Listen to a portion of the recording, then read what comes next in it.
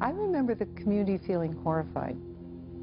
Just a real horror that anything like that could happen here. I think that it's been a mystery to the creek here. She vanished in 1980. Her picture still on the missing children's websites, aged to show what she might look like today. Old newspaper clippings describe that desperate search in the timbered foothills of the Mission Mountains. Gabe Boot worked for the local paper back then. This encompassed all the news. Everything that was going on was focused on this search for this little girl. Her name is Megan Genovich. She and her mom and brother just moved to Mission and in a house up Cold Creek.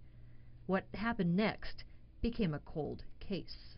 Older son was coming up the stairs about the same time, and he said, "Megan's crying," and I went outside, and she just wasn't there. Donna Smith was 24 back then. She was sweeping, one eye on the broom, the other on the kids. She looked away for no more than 30 seconds. That was all it took. I had just seen her just outside on the side of the house that had all the windows. She was right there on the porch, and then she was gone. While Megan's mother desperately searched for her, search and rescue got to the house by 6 o'clock that night. But by then they were losing daylight. And then it started to rain, and then it started to snow.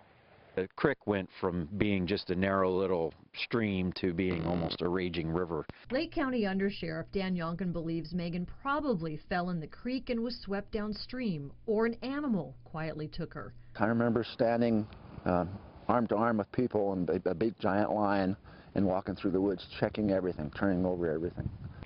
Pablo Espinoza was there. He recalls the frustration of the search. Hundreds of people looking for days, looking everywhere, finding nothing. No clothing, no blood, no tracks. It's unusual. And why Yonkin understands why Megan's mom believes her daughter was kidnapped. One of her points, and I understand, is there's no sock, there's no shoe, there's no, I mean, how could you have that many people searching this large of an area if an animal took her and something didn't drop?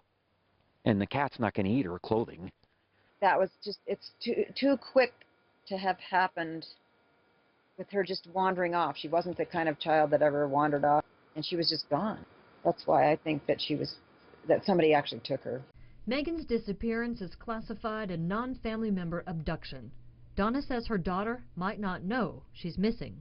Just this fall, a woman from Las Vegas submitted a DNA sample to the Lake County Sheriff's Office, thinking she might be Megan. He had some beliefs based on her history, family history, and also her appearance. She had enough to believe that maybe she might have been Megan. It was another dead end in a case that's still alive. We have not closed the book on this case until we know what happened to Megan Genovich. This case will remain open. On special assignment, Jill Valley, MTN News.